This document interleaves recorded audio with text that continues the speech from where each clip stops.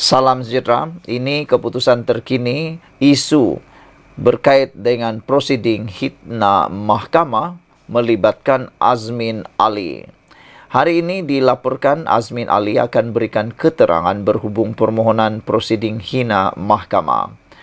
Mahkamah Tinggi Kuala Lumpur akan mendengar keterangan daripada Azmin Ali berhubung permohonan sebuah syarikat penginput telur untuk mendapatkan kebenaran bagi memulakan prosiding menghina mahkamah terhadap bekas Menteri Perdagangan Antarabangsa dan Industri itu. Ini susulan prosiding di hadapan Pesuruhjaya Kehakiman Leong Wei Hong hari ini untuk pendengaran ex parte hanya satu pihak dalam pertikaian hadir permohonan JEN Advance dan berhad untuk mendapatkan kebenaran bagi meneruskan tindakan komital itu.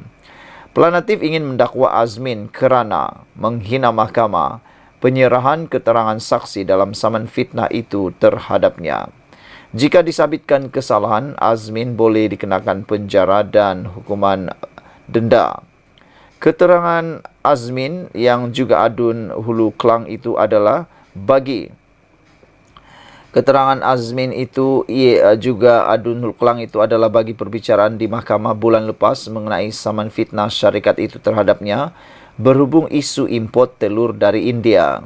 Peguam syarikat itu Bhavanash Sharma mengesahkan keputusan prosiding dalam talian hari ini. Pesuruhjaya Kehakiman dalam menjalankan budi bicaranya telah menukar permohonan kebenaran ini kepada pendengaran antara pihak kedua-dua pihak e-review seterusnya pada 27 Jun. Kami perlu menyerahkan kertas kebenaran kepada pihak satu lagi pasukan Guaman Azmin dalam masa seminggu, kata peguam itu.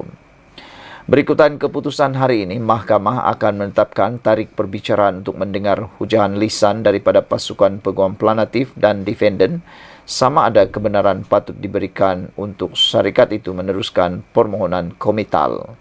Pelanatif memerlukan kebenaran mahkamah sivil sebelum dibenarkan untuk memulakan permohonan menghina mahkamah itu.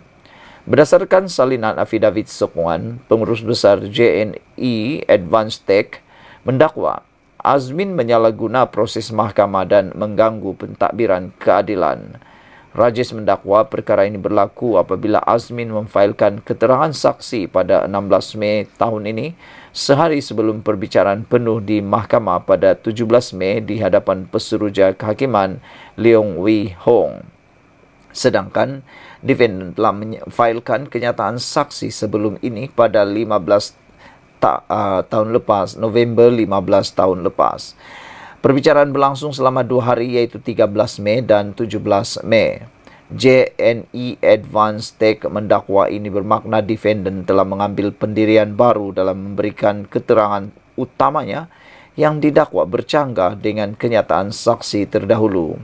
Rajis mendakwa mahkamah pada 16 November tahun lepas mengarah pelanatif dan defendant memfailkan dokumen pra-perbicaraan dan kenyataan saksi mereka selewat-lewatnya 30 Disember tahun lepas. Pelanatif mendakwa pada hari kedua perbicaraan mahkamah pada 17 Mei tahun ini, Azmin telah menyampaikan sesalinan ikatan dokumen tambahan yang mengandungi keterangan saksi baru selepas pelanatif menutup kes. JNE Advance Tech mendakwa Azmin gagal atau cuai untuk memberikan penjelasan mengenai kelewatan pemfailan pada hari kedua perbicaraan. Pelanatif memohon mahkamah mengambil kira kenyataan saksi Azmin sebelum ini bagi membolehkannya melakukan penilaian menyeluruh terhadap credibility defendant sebagai saksi. Awal tahun lepas, JNE Advance Tech memfailkan saman fitnah terhadap ucapan Azmin dalam satu ceramah pada 11 Mac tahun yang sama. Dalam pernyataan pembelaannya, Azmin memfailkan cubaan memfitnah syarikat penginput telur itu dengan menyatakan bahawa dia harus mempersoalkan janji kerajaan Anwar Ibrahim untuk mengadakan tender terbuka bagi semua perolehan kerajaan. Defendant menyatakan bahawa ucapannya tidak pernah menyebut nama syarikat dan merujuk terus kepada kerajaan dan ahli perniagaan Depak. Dakwaan rundingan terus dalam jawapan balas syarikat itu yang difailkan pada 11 Ogos tahun lepas. Pelanatif berkata kenyataan Azmin adalah fitnah pada awal ucapannya dan pada bahagian berikutnya apabila mendakwa pihak tertentu terlibat dalam penyelewengan berkenaan yang dalam fikiran munasabah Mana-mana pendengar secara tidak langsung merujuk kepada syarikat itu. JNE Advanced Tech berkata walaupun ucapan Azmin tidak menamakannya, syarikat itu menegaskan adalah menjadi pengetahuan umum bahawa Planatif ialah pengimport tunggal telur dari India. Berikutan namanya disebut oleh Menteri Pertanian dan Keterjaminan Makanan Muhammad Sabu di Parlimen pada 8 Mac tahun lalu. Sekian untuk kali ini. Jangan lupa tinggalkan komen anda, tekan butang subscribe. Bye-bye. Salam sejahtera. Terima kasih kerana menonton channel ini. Subsidi bersasar mula memberi impak kepada kegiatan seludup diesel. Kita ucapkan tahniah, sabas, terima kasih kepada kebijaksanaan dan juga keberanian Perdana Menteri kita Anwar Ibrahim, walaupun tindakan ini tidaklah popular, walaupun tindakan ini ramai yang menolak, termasuklah rakyat Malaysia, termasuklah penyokong Anwar Ibrahim yang sebelum ini kononnya setia mengikut Anwar Ibrahim, tapi ada 1-2 orang sudah yang mula sanksi dan meninggalkan Anwar Ibrahim. Bahkan ada yang mengecam tindakan beliau membuat subsidi bersasar untuk minyak diesel. Mereka tidak melihat jangka masa panjang. Mereka hanya melihat kepopularan dan kuasa. Mereka mahu kalau Anwar Ibrahim kekal berkuasa. Tapi pada pendapat saya, Anwar Ibrahim menganggap itu kuasa adalah nombor yang kedua. Yang beliau mahukan ialah kesejahteraan negara ini dalam jangka masa panjang dan juga mengurangkan beban utang negara, dan lebih penting lagi, subsidi itu diberikan pada orang yang tepat. Hari ini sudah terbukti. Ini lagi satu bukti bahawa subsidi bersasar itu adalah tepat dan keputusan baik untuk kita semua. Kalau anda menolak subsidi bersasar itu, bermaksud anda sebenarnya masih menyokong penyeludupan minyak diesel yang berleluasa di negara kita. Sudah bertahun-tahun, bahkan tidak keterlaluan kalau kita cakap, sudah berpuluh tahun. Isu penyeludupan diesel ini kita kata nak selesai, tapi tak selesai-selesai juga. Mahathir juga kata baru-baru ini bahawa bukan tak nak mahu melaksanakan subsidi bersasar itu, tetapi lebih prihatin kepada rakyat. Sebenarnya kalau prihatin kepada rakyat, sudah lama dilaksanakan subsidi bersasar ini. Saudara, tinjauan di rantau panjang ke atas beberapa stesen minyak di sempadan Malaysia Thailand mendapati kenderaan negara jiran hampir tidak kelihatan datang untuk mengisi minyak dan diesel. Nampaknya strategi Anwar Ibrahim, kerajaan pimpinan Anwar Ibrahim, kerajaan Madani ini telah pun menjadi kenyataan. Pengumuman kerajaan menguatkuasakan harga baharu diesel pada kadar RM3.35 seliter di stesen minyak Semenanjung berkuat kuasa 10 Jun ternyata memberi impak besar kepada sindiket penyeludupan bahan api apabila kegiatan haram itu dilihat semakin berkurangan. Tinjauan di rantau panjang ke beberapa stesen minyak di sempadan Malaysia Thailand mendapati kenderaan negara jiran hampir tidak kelihatan datang untuk mengisi minyak dan diesel. Keadaan itu memberi kelegaan kepada pengguna tempatan kerana tidak lagi perlu berebut untuk mengisi minyak dengan kenderaan Thailand yang sebelum ini banyak mengisi minyak di rantau panjang.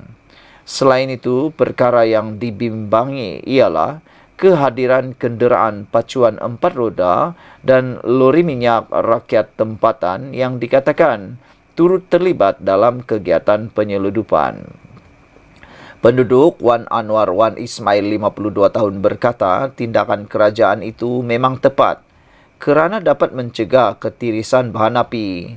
Wan Anwar berkata jumlah kenderaan Thailand yang disifatkan sebagai penyibuk semakin berkurangan. Kenderaan yang memakai plat kenderaan Malaysia juga perlu dipantau kerana kemungkinan terlibat dengan kegiatan penyeludupan dengan mengambil kesempatan dengan mengisi penuh tangki secara berulang kali sebelum diseludup ke negara jiran. Mengikut harga semasa diesel di Thailand ialah RM4.24 bagi seliter, iaitu lebih mahal berbanding RM3.35 di negara ini. Jika berjaya diseludup keluar, pihak penyelundup mampu mengaut keuntungan sebanyak 89 sen bagi seliter diesel. Sementara itu, pengusaha stesen minyak di Gual Tinggi, Zarid Sofia Muhammad Bakri berkata, kekurangan kenderaan Thailand yang menggunakan diesel disebabkan pembelian di Malaysia tidak berbaloi daripada sudut pertukaran wang asing setelah ditolak dengan kos pengangkutan ulang-alik dan upah pekerja. Sewaktu subsidi diesel belum ditarik, kenderaan negara jiran dapat menikmati hampir hingga separuh harga lebih murah berbanding tempat mereka. Oleh itu, mereka tidak kisah untuk membeli diesel di negara ini walaupun perlu menukar mata wang lebih. Zarid berkata, kini mereka tidak boleh berbuat demikian setelah penyasaran subsidi diesel, harga sudah tidak jauh beza. Beliau berkata, rata-rata kenderaan Thailand tidak lagi datang ke rantau panjang untuk mengisi diesel. Semalam, Kementerian Perdagangan Dalam Negeri dan Kos Sara Hidup Kelantan memaklumkan bahawa mereka akan memasang kamera liter tertutup CCTV di stesen minyak di kawasan sempadan Malaysia Thailand bagi tujuan pemantauan. Pengarah KPDN Kelantan Azman Ismail dilapor berkata, dalam masa terdekat, sebagai permulaan, CCTV itu akan dipasang di stesen terpilih yang dipercayai sering menjadi pilihan penyeludup. Tahniah kita ucapkan, kita jumpa lagi. Salam sejahtera. Calon Perikatan Nasional cakap tak serupa bikin. Dulu gelak besar, sekarang dia pula sorok kelayakan akademik. Dalam pilihan raya Sungai Bakap sekarang, dan dalam pilihan raya sebelum ini di Kuala Kubu Baru, isu paling panas berkaitan dengan kelayakan akademik.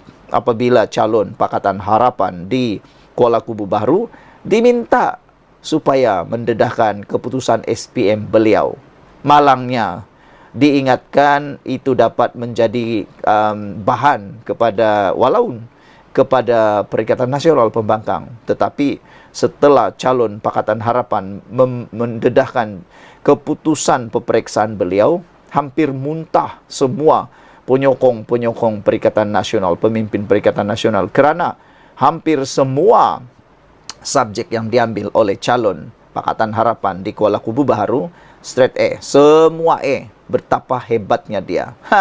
Kali ini lain pula cerita. Calon PN cakap tak serupa bikin. Dulu gelak besar, sekarang dia pula sorok kelayakan akademik. Calon Perikatan Nasional PN pada pilihan raya PRK Dewan Undangan Negeri Sungai Bakap dilihat cakap tak serupa bikin apabila pernah mengutuk musuh politiknya berhubung isu kelayakan akademik. Abidin Ismail, 56 tahun, yang juga naib yang dipertua PAS Nibung, pernah mengulas dakwaan seorang pemimpin Bersatu Pulau Pinang yang dituduh memiliki ijazah sarjana muda palsu. Masalahnya, mengapa harus menipu, itu isunya. Amat memalukan. Mereka akan sedaya upaya mempertahankan, walaupun dalam hati mereka rasa malu.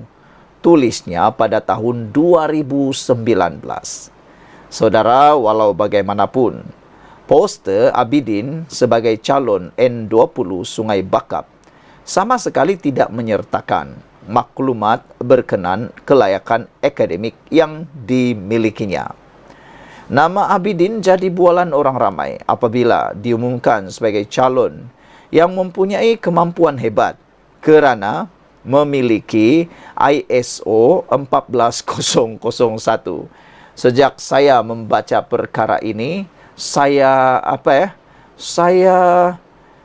ketawalah sebab Tuan Ibrahim Tuan Man ketika mengumumkan calon Perikatan Nasional ini, beliau kata calon ini iaitu Abidin memiliki sijil ISO 14001, yaitu Environmental Management System EMS. Ramai orang yang memerli. Bukankah sijil ISO 14001 itu hanya untuk organisasi dan kilang atau bangunan atau yang sirim? Tak tahulah Sejak bila manusia memiliki ISO ni? Misteri latar belakang pendidikan Abidin dilihat jauh berbeza dengan calon perpaduan Dr. Johari Arifin. Mesra dikenal sebagai Cikgu Jo, beliau merupakan bekas pengarah Institut Amiduddin Baki IAB Cawangan Utara. Cikgu Jo memiliki ijazah kedoktoran PhD dari University Science Malaysia USM. Sebelum itu, guru berkenan menuntut di University Malaya UM dalam bidang ekonomi dan pengajian Islam ijazah sarjana muda sebelum mengambil diploma pendidikan di PLI. Wow! Saudara-saudara sekalian, itulah kehebatan yang dimiliki oleh calon Pakatan Harapan ini, yaitu dengan terang-terangnya tanpa sorok-sorok telah memberitahu apakah kelayakan akademik beliau. Tambahan daripada itu, tanpa kita sedari, moderator Tanyalah Ustaz rupa-rupanya anak Cikgu Jo. Bagi penonton rancangan TV 9 Tanyalah Ustaz, penampilan moderator Dai Lukmanul Hakim tentunya menarik perhatian. Rupanya pendakwa muda itu adalah anak kepada Dr. Johari Arifin, iaitu calon perpaduan pada pilihan raya PRK Dewan Undangan Negeri Dun Sungai Bakap 6 Julai depan. Dr. Johari yang mesra dipanggil Cikgu Jo merupakan bekas pengarah Institut Amiduddin Baki IAB Cawangan Utara.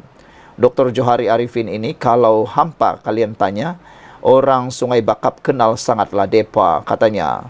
Dia punya jiwa guru tu sampai kisah dia bagi anak murid pinjam baju kemeja dan seluar selek nak pergi temu duga sampai masuk berita anugerah guru inspirasi. Power Cikgu Jo, tulis pengguna X, fakta bukan auta. Malam tadi, Timbalan Presiden dan Pengarah Pilihan Raya PKR Rafizi Ramli mengumumkan Cikgu Jo sebagai calon perpaduan pada PRK Sungai Bakap. Sekian untuk kali ini. Jangan lupa tinggalkan komen anda. Bye-bye. Salam sejahtera.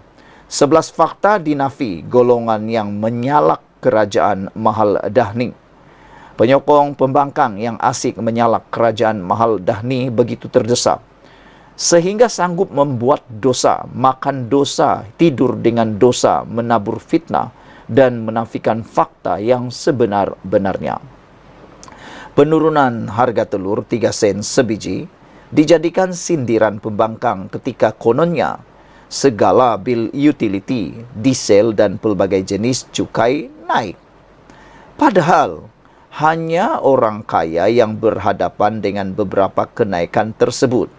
Lantaran kerajaan Madani diterajui Datuk Seri Anwar Ibrahim melaksanakan dasar yang memelihara kepentingan dan keadilan kepada segenap lapisan masyarakat atau rakyat. Saudara-saudara sekalian, berikut 11 fakta yang perlu rakyat hadam dalam menangkis propaganda jelek pembangkang seperti dirumuskan pemerhati politik Amir Hamzah. Nombor 1. 85% pengguna domestik tidak terkesan. Yang terkesan adalah isi rumah dengan bil elektrik RM220 ke atas. Ini orang kaya. Sebelum itu, Lim Sian Si menyenaraikan kononnya. Nombor 1, harga elektrik naik. Nombor 2, harga air naik. Nombor 3, harga indah water naik. Keempat, harga beras naik. Kelima, cukai baru LVGT 10%, cukai baru CGT 10%, cukai baru HVGT 10%, cukai SST naik, cukai DST naik, cukai airport naik, harga diesel naik, harga telur turun 3 sen. Syukur, kata Lim Sian Si. Tapi ini yang dia tak tahu. Nombor 1, kalau Lim Sian Si kata harga elektrik naik, itu mungkin untuk dia. Mungkin dia ini adalah orang kaya yang mempunyai bil lebih RM220 ke atas. Hanya orang yang mempunyai bil lebih RM220 ke atas yang kena kenaikan bil tersebut. Sebab mereka orang kaya, subsidinya telah dikurangkan. Nombor 2, Harga air bukan ditentukan kerajaan persekutuan, tetapi negeri masing-masing. Kelantan dan Kedah menaikkan juga tarif air walaupun servis teruk. Ini pun silap. Dalam kerajaan kita ini, dalam Malaysia, kita ada kuasa bersama, kuasa negeri dan kuasa persekutuan. Bekalan air diuruskan oleh kerajaan negeri, bukan kerajaan persekutuan. Jadi yang tak bijak sangat tu, boleh katalah pemikiran tak cukup tu, kenapa salahkan kerajaan persekutuan, khususnya Anwar Ibrahim? Salahkanlah kerajaan negeri anda. Salahkan kerajaan negeri yang menaikkan harga air itu. Macam di Kelantan dan Kedah, menaikkan juga tarif air walaupun servis teruk. Jadi kenapa pula disalahkan kerajaan persekutuan? Salahkanlah kerajaan yang mempunyai servis teruk air itu. Itu nombor 2. Jadi mungkin itu Lim Sian Si tidak pun tahu apa-apa. Ketiga, Charge Indah Water diumumkan oleh Tuan Ibrahim Tuan Man pada September 2022, yang mana kenaikan bermula pada Januari 2023.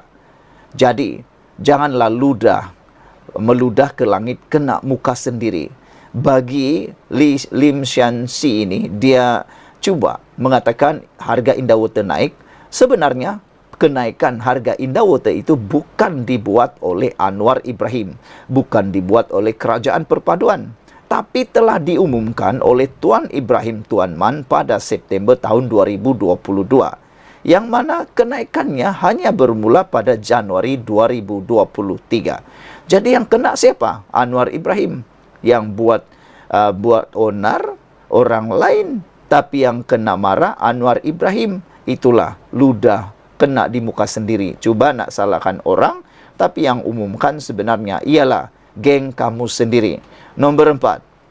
Kalau kata harga beras naik kerana kenaikan harga beras dunia dan India membataskan ekspor beras mereka, seluruh dunia terkesan dengan kenaikan itu. Bukan di Malaysia saja, saudara-saudara sekalian.